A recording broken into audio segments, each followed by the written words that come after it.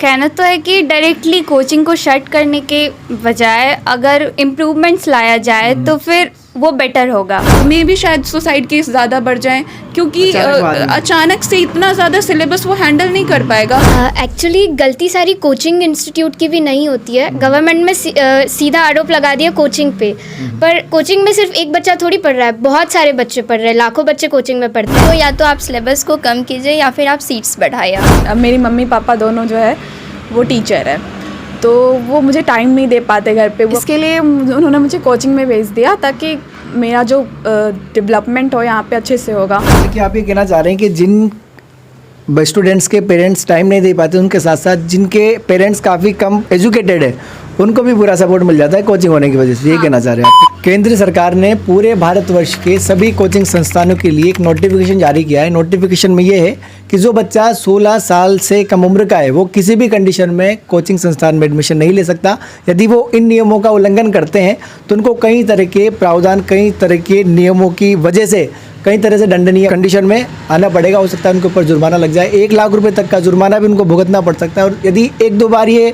नियम को तोड़ देते हैं तो हो सकता है कोचिंग संस्थान का जो लाइसेंस है वो भी रद्द हो सकता है। तो इस नए नियम के बारे में कोटा में पढ़ने वाले स्टूडेंट्स का क्या कुछ कहना है, किस हद तक ये नियम सही साबित हो सकते हैं, किस वजह से ये नियम गलत साबित हो सकते हैं, यानी कि कोटा में पढ़ने वाले बच्चे क्या कुछ इस विषय पर सोचते हैं, ये जानने की कोशिश करते हैं। तो सबसे पहले आप में से कौन बातचीत करना चाहेगा मेरे से? चलो इनसे ले लेते हैं। क्या नाम है तुम्हारा? साक्षी। कहाँ से हो आप? बिहार से। कोटा में कितना टाइम हो गया? 2 साल हो गए। ओके, तो गवर्नमेंट ने एक नियम जारी किया है कि आने वाले सेशन में बहुत जल्दी जो बच्चा 16 साल से कम उम्र में यदि एडमिशन लेना चाहता है कोचिंग में तो उसको नहीं मिलेगा। किस हद तक आपको ये नियम जो है ना वो सही लगता है और किस कंडीशन में गलत लगता है? मेरे अकॉर्डिंग ये चीज़ बच्चों की मेंटालिटी पे भी डिपेंड करती है और गवर्नमेंट की फंक्शनिंग पे भी डिपेंड करती है। अब बच्चे कैसे हैं उनको उनके पेरेंट्स को पता होता है। तो अगर पेरेंट्स जानते हैं कि उनके बच्चे अगर अपनी ड्रीम्स को फॉलो करने का पैशन रखते हैं और किसी भी तरीके के प्रॉब्लम्स में आए भी तो उनको फेस करने का उनमें वो हिम्मत रहता है तो भेज सकते हैं। और अगर बात आती है कि कोचिंग को शट कर दे पूरी तरीके से तो ये सही नहीं है, क्योंकि इम्प्रूवमेंट भी की जा सकती है। जैसे गवर्नमेंट अब कोचिंग वालों को बोल दे कि एक्स्ट्रा करिकुलर एक्टिविटीज़ करवाए जैसे कि स्कूल्स में होती है। अपने साथ में जो भी कंपटीशन, एग्ज़ाम्स ये सब वो करवा सकते हैं, पर साथ में बच्चों की जो वो चाइल्ड एज की जो एक्टिविटीज़ होती है उनको ना रोका जाए। तो इसके साथ साथ बच्चे पढ़ेंगे भी और एक्टिविटीज़ होगी, उनका माइंड भी उधर रहेगा, क्रिएटिविटी साथ में बच्चों की बनी रहेगी।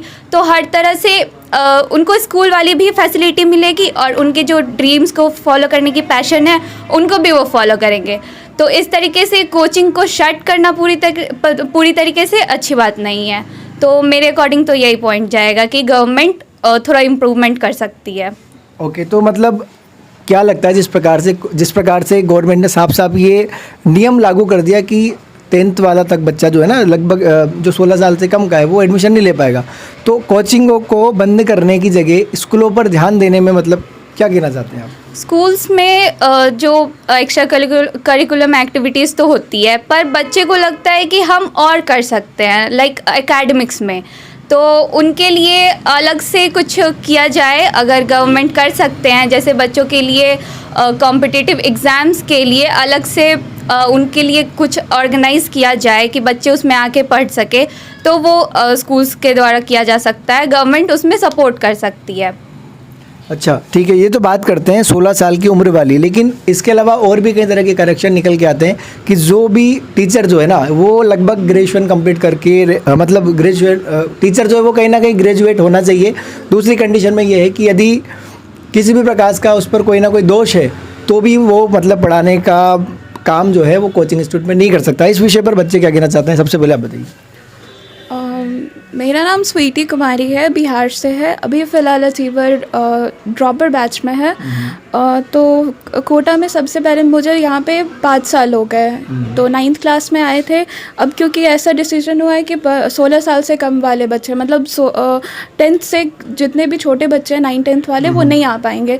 तो मेरे अकॉर्डिंग क्योंकि 9th में आए, थोड़ा मुझे पॉजिटिव वो मिला, 4 साल मिल गए थे मुझे तैयारी के लिए, तो वो चीज़ मुझे काफ़ी हेल्प की थी कि 12th में भी मेरे स्कोर ज़्यादा कम नहीं थे, मतलब ओवरऑल एक कॉन्फिडेंस था कि नेक्स्ट अटेम्प्ट में ड्रॉपर में अब कर लेंगे, है ना। तो कई बार होता है कि हमारे साथ में क्या होता है कि जो बच्चे 11th में डायरेक्टली आते हैं, तो 10th और 11th में, क्योंकि अभी सिलेबस में भी बहुत ज़्यादा चेंजेस आए हैं, जो बच्चे साइंस नहीं लेंगे वो 10th में पीरियोडिक टेबल पढ़ ही नहीं पाएंगे।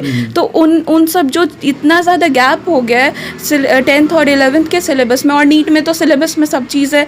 तो मेरे अकॉर्डिंग कि बच्चे अगर पहले से आते हैं, उनको हमें एक्स्ट्रा चीज़ें, अगर हमारा लेवल उतना है तो मुझे एक्स्ट्रा चीज़ें भी बताई गई थी। मुझे बैचेस होते हैं, मतलब बच्चों की कैपेबिलिटी के अकॉर्डिंग, तो वो चीज़ पॉजिटिव था। मुझे सबसे ज़्यादा कमी किस चीज़ की लगी कि जिस तरह से इतना बड़ा डिसीजन हो रहा है कि 16 साल से बिल्कुल अलाउड नहीं है, तो वो को करिकुलर एक्टिविटीज़ का, जैसे स्कूल में होते तो थोड़ा ज़्यादा एनुअल फंक्शन हो जाते, साइंस एग्जीबिशन हो जाते, थोड़ा हमें एक्सकर्शन के लिए कहीं ट्रिप पे ले जाते थे, तो थोड़ा वो चीज़ें हम लोग इन्जॉय करते थे, फ्रेंड्स के साथ थोड़ा ज़्यादा टाइम बिताते थे। घर पे होते थे तो पेरेंट्स के साथ होते थे, क्योंकि यहाँ पे पेरेंट्स नहीं है तो थोड़ा वो कमी हमें होती है, एक एक्स्ट्रा प्रेशर की घर की याद आ रही है, कभी खाना अच्छा नहीं हो रहा, खाना नहीं खा पा रहे, तो वो सारी चीज़ों को मिला करके थोड़ा एक्स्ट्रा करिकुलर एक्टिविटीज़ अगर कराएं, थोड़ा मतलब बच्चों को कि ज़्यादा प्रेशर ना हो। अब मेरा लेवल एक अच्छा था, ठीक है, मुझे जो बैच मिला था अच्छे से करे, अच्छे से पढ़ाई करी, जितना मुझे कंटेंट मिला था।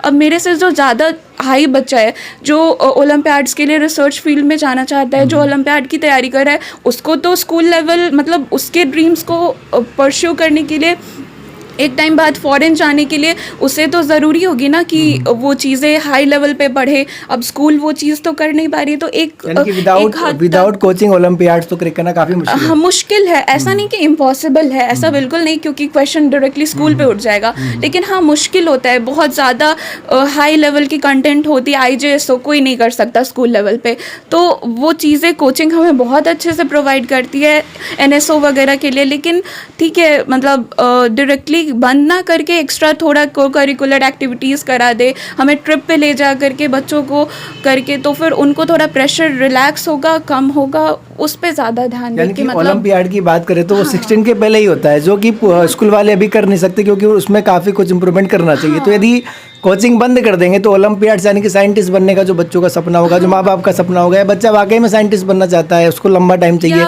तो मिल नहीं पाएगा। कोचिंग बंद करने से डायरेक्टली एक ऑप्शन खत्म हो जा रहा है ना। जो हाई लेवल के बच्चे हैं, जो उस लेवल का डिजर्व करते हैं, फ्यूचर में कुछ ज़्यादा अच्छा देश के लिए कर सकते हैं, उनका डायरेक्टली ऑप्शन खत्म हो जाएगा कि कोचिंग प्रोवाइड नहीं हो रही। मे बी कोचिंग का बहुत सारे ऑप्शंस है, इन केस बहुत सारी लिया जाए तो बहुत सारी चीज़ें हो सकती है, तो डायरेक्टली बंद करना इससे बेटर प्रेशर कम करना। May be it is just a point of view, may be मेरे से अच्छे पॉइंट्स हो सकते हैं अल्टीमेटली।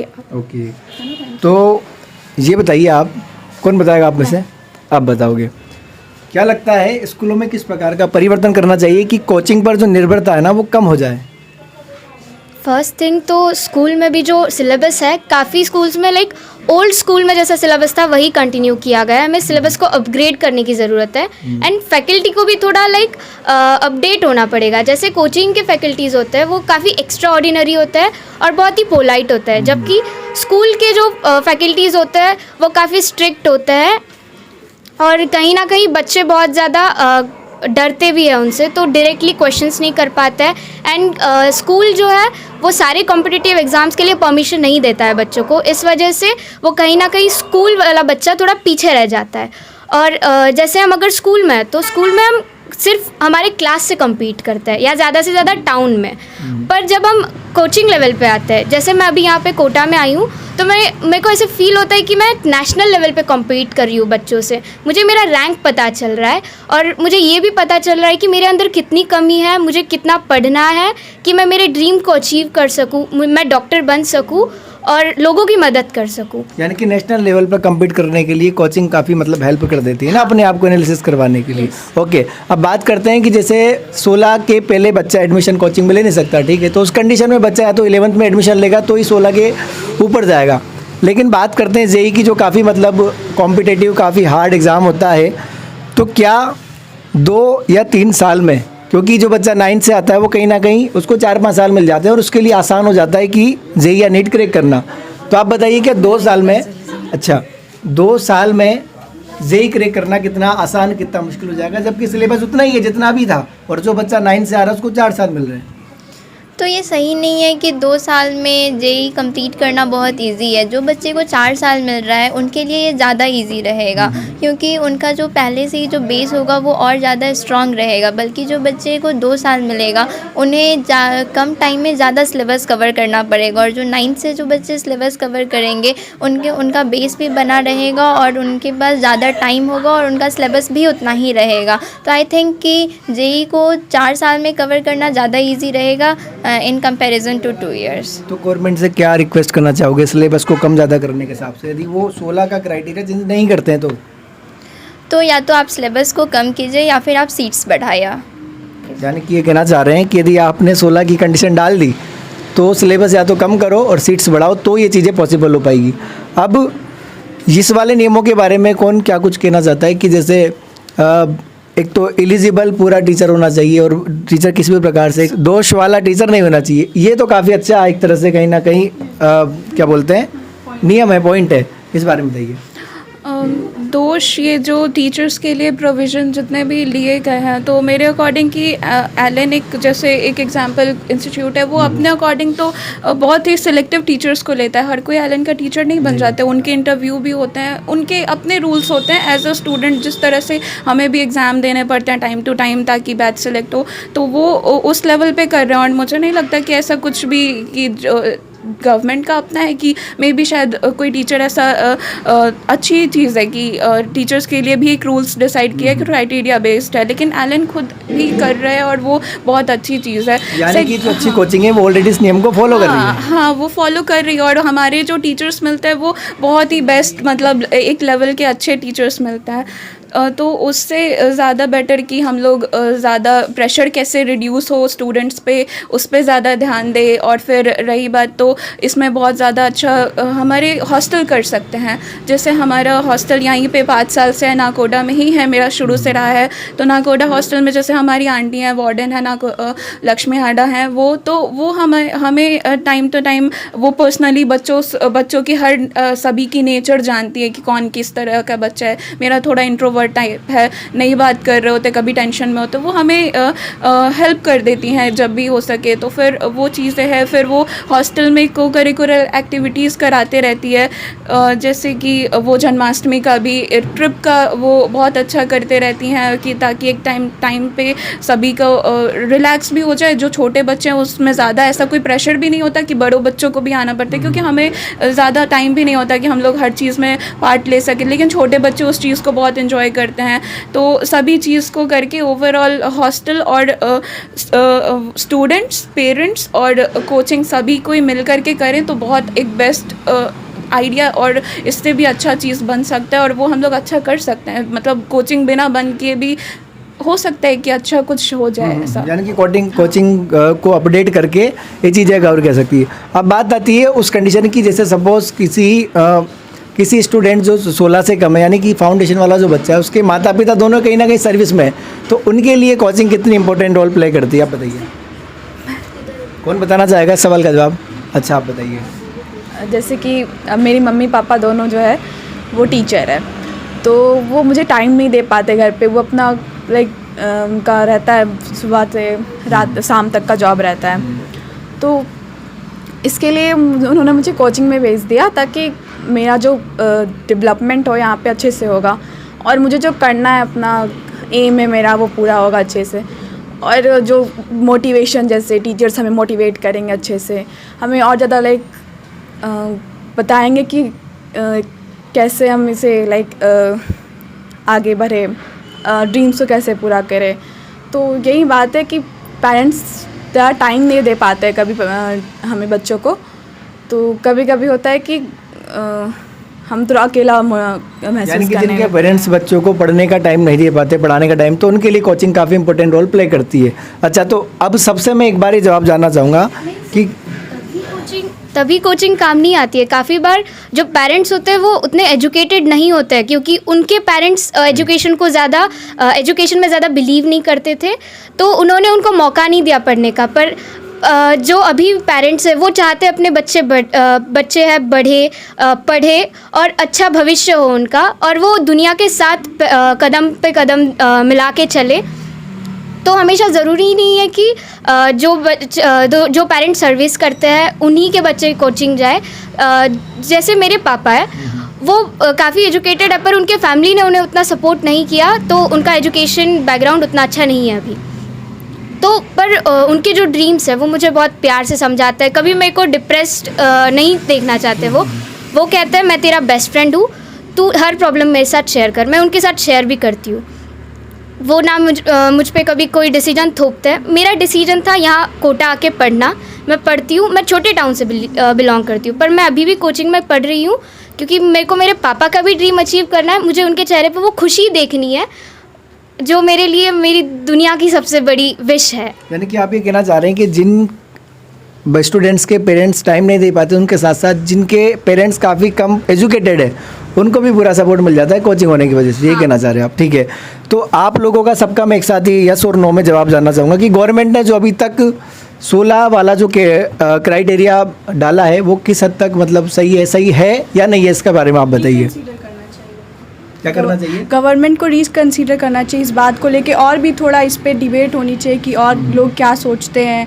और मतलब मुझे लगता है कि ये जनरल व्यू जितना अगर आप देखेंगे तो यही है कि मतलब 16 साल से नीचे अगर ये बंद कर देते हैं कोचिंग, तो इनको बहुत सारी चीज़ें अलग करनी पड़ेंगी। जैसे स्कूलों में, जैसे आपने बोला टीचर का क्राइटेरिया, ये नॉर्मल जनरल स्कूल में लगाएं कि आप पूरा ग्रेजुएटेड टीचर्स लाओ जो जिनका बैकग्राउंड अच्छा हो, अच्छी जगह पढ़ाओ। जो आपने बोला क्राइटेरिया वो नॉर्मल स्कूल्स में लगाएं। तो अगर स्कूल ही बेहतर हो जाएंगे तो आपको कोचिंग मतलब जल्दी भेजने की ज़रूरत ही नहीं पड़ेगी अपने बच्चों को। फिर आप उसको 11th-12th में भेज सकते हो आराम से। जब आपका उसका बेस ही स्ट्रॉन्ग नहीं होगा तब आपको भेजने की ज़रूरत पड़ जाती है कि उसको कोचिंग भेजें हम।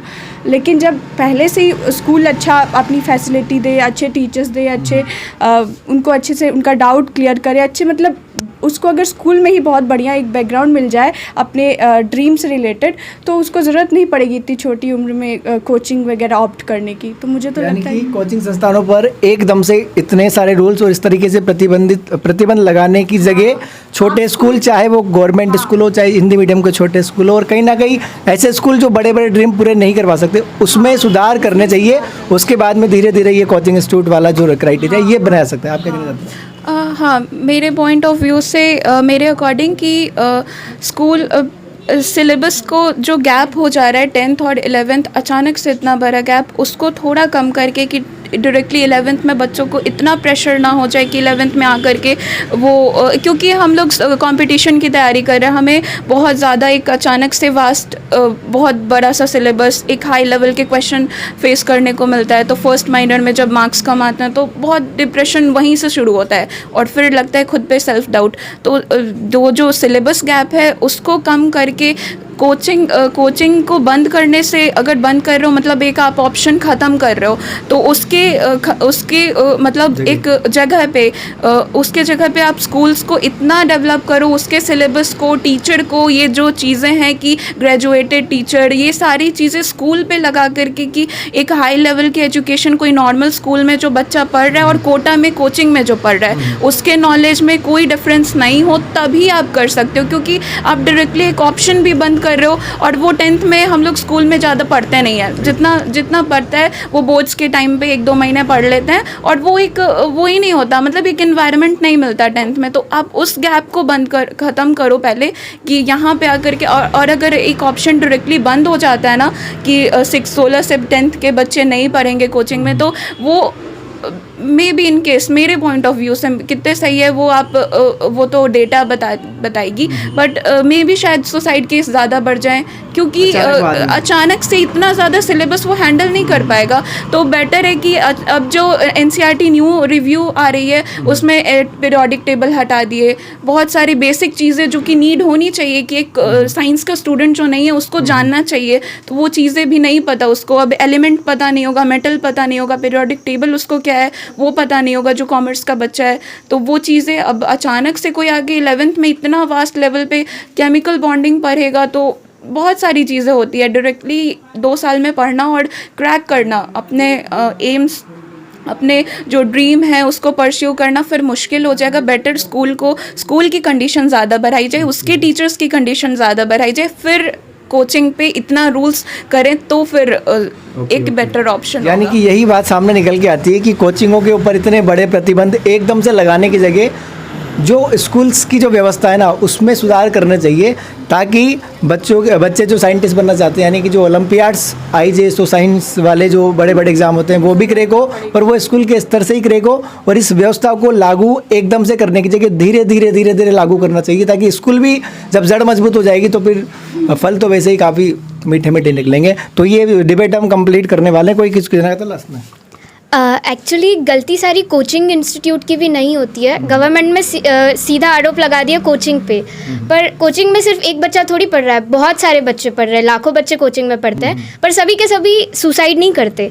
सुसाइड करने के पीछे रीज़न सिर्फ कोचिंग का प्रेशर ही नहीं बल्कि बच्चे की मेंटेलिटी भी होती है कि बच्चे यहाँ पे बहुत सारे ड्रीम्स लेके आते हैं पर यहाँ पे डिस्ट्रैक्ट हो जाते हैं, और डिस्ट्रैक्ट होने के बाद अगर उनका सिलेबस कंप्लीट नहीं होता है तो जैसे जैसे एग्ज़ाम के डेट पास आता है वो ज़्यादा कॉन्शियस हो जाता है और फिर उन्हें समझ नहीं आता करना क्या है, क्योंकि पापा के पैसे वेस्ट किए, उनके उम्मीदें लगी हुई है और वो उनकी उम्मीदों पे सही उतर नहीं पाया अभी तक, तो वो सुसाइड कर लेता है। हमेशा गलतियाँ सिर्फ पेरेंट्स की नहीं होती। काफ़ी लोग कहते हैं पेरेंट्स डिसीजन थोपते हैं, हाँ कभी कभी थोपते हैं, बच्चे की मेंटालिटी नहीं समझते, या बच्चे का जो हॉबी होता है या उसका पैशन होता है उसे फॉलो नहीं करने देते हैं। और दूसरा जो होता है वो जेलस फैक्टर होता है, कहीं कहीं हम किसी और के साथ बहुत कंपेयर करने लगते हैं। हर बच्चा एक जैसा नहीं होता, हमारी 5 उंगलियां सेम नहीं है तो बच्चे कैसे सेम होंगे। जैसे किसी ने 5 नंबर ज़्यादा ले लिए मुझसे, हमेशा अगर मैं उससे कम्पीट करती रहूँगी तो मैं तो लाइफ में कभी कुछ रह ही नहीं पाऊँगी। हमें खुद से कम्पीट करना चाहिए। अगर पिछली बार मैंने जितना सिक्योर किया उससे थोड़े 0.5% भी मेरा ज़्यादा आ गया तो मैं अभी पास हूँ, मतलब मेरा प्रोग्रेस हो रहा है, तो इस चीज़ की खुशी मनाओ। और तुम्हारे पेरेंट्स है वो एट लास्ट सबसे ज़्यादा प्यार तुम ही से करता है। अगर तुम फेल भी हो गए ना, वो मम्मी और पापा ये 2 ऐसे लोग हैं ना, वो तुम कितनी बार भी फेल हो जाओ वो आके तुम्हें सपोर्ट करेंगे। क्या नाम है आपका? संयुक्ति कमल किशोर पाटिल। मतलब कौन सी क्लास में हो? मैं 9th क्लास में हूँ और मैं महाराष्ट्र से हूँ। ओके। और तो आपकी एज अभी 16 से कम ही है ना? हाँ, मैं 14 ईयर्स की हूँ अभी। यानी कि छोटा पैकेट बड़ा धमाका। हाँ, और एक चीज़, मैं हॉस्टल में आए हुए मुझे 2 साल हुए हैं, और एक नाम मैं ऐड करना चाहूँगी, हमारी आंटी लक्ष्मी आंटी, वो हमारे वार्डन है। वो मुझे लाइक मम्मी जैसा प्यार देते हैं हमेशा। कभी कभी डांटते हैं, बुरा लगता है क्योंकि पेरेंट्स भी डांटते हैं तो हम बुरा मानते हैं, पर लेटर कुछ घंटों बाद या कुछ देर बाद हमें ये समझ में आता है कि हमारे ही भलाई के लिए डांट रहे थे। हम ही कहीं ना कहीं ऐसी एक्टिविटी या ऐसे एक्ट कर रहे थे कि जो हमें किसी और के सामने बुरा फील कराए, या हमारा जो कैरेक्टर है वो हमें थोड़ा बुरा शो करे, गंदी बच्ची शो करे। क्योंकि पेरेंट्स और हमारी वार्डन आंटी भी चाहती है कि उनके बच्चे हमेशा अच्छे बिहेव करें और सुपुत्री कहते हैं ना वैसे रहे। यानी कि जिस जगह आप रह रहे हो आप एकदम पेरेंट्स का ट्रीट होता है ना? हाँ, एकदम पेरेंट्स की तरह ट्रीट होता है। तो सभी बच्चे लगभग अलग अलग बातें बता रहे हैं, और कोई कुछ कहना चाह रहा है? नहीं कहना चाह रहा। सभी बच्चे लगभग अपनी अपनी बात उन्होंने बता दी, लेकिन निकल कर यही बात सामने आती है कि कुछ कहना कहना तो है कि डायरेक्टली कोचिंग को शट करने के बजाय अगर इम्प्रूवमेंट्स लाया जाए तो फिर वो बेटर होगा, वो बेटर डिसीज़न रहेगा गवर्नमेंट का। जैसे कि काउंसलिंग करवाए बच्चों को यहाँ डालने से पहले, जो 16 ईयर्स के नीचे हैं उनकी काउंसलिंग करवाए पेरेंट्स के साथ। बच्चों की मेंटालिटी पता चलेगी कि वो कैसे हैं, किस तरह से अपने ड्रीम्स को फॉलो करना चाहते भी है या नहीं, तो वो बेटर रहेगा डायरेक्टली कोचिंग शट करने के बजाय। तो मेरा तो यही। यानी कि काउंसलर भी ऑलरेडी या तो है कोचिंग में, हाँ, या तो उनकी संख्या बढ़ा दी जाए, मेंटर जो होते हैं उनकी संख्या बढ़ा दी जाए, मेंटरशिप भी प्रोवाइड की जाए, या फिर साइकोलॉजिस्ट भी बैठाए जाए, या उनकी संख्या बढ़ाई जाए, क्या कुल मिला के हाँ, ये सब अगर इम्प्रूवमेंट्स लाते हैं तो फिर कोचिंग बंद करने का कोई पॉइंट नहीं बनता है। ओके। तो ये जो बच्चे हैं ये कोटा शहर में पढ़ते हैं, और अब सभी ने इस 16 ईयर वाला जो गवर्नमेंट ने एक तरह से जो रूल लागू करने के लिए जो नोटिफिकेशन जारी किया है उसके ऊपर अपनी अपनी सारी चीज़ें बता दी कि क्या कुछ सही है क्या कुछ गलत है। लेकिन बात यही निकल के आती है कि कोचिंगों को बंद करने की जगह स्कूलों की व्यवस्था को सुधार जितना अच्छा किया जाएगा उतना आसान होगा बच्चे के लिए भी, पेरेंट्स के लिए भी, देश के लिए भी। देश में अच्छे अच्छे जो है साइंटिस्ट, इंजीनियर, डॉक्टर और भी कई तरह के ऑफिसर लोग जो कहीं ना कहीं स्कूलों से बनने शुरू हो जाएंगे तो फिर शायद कोचिंगों की आवश्यकता पड़ेगी भी नहीं। तो आज के वीडियो में यही बात करना चाहते हैं। आपको ये डिबेट कैसी लगी, आप इस मुद्दे पर क्या कुछ कहना चाहते हैं, कमेंट सेक्शन में कमेंट करके बता सकते हैं।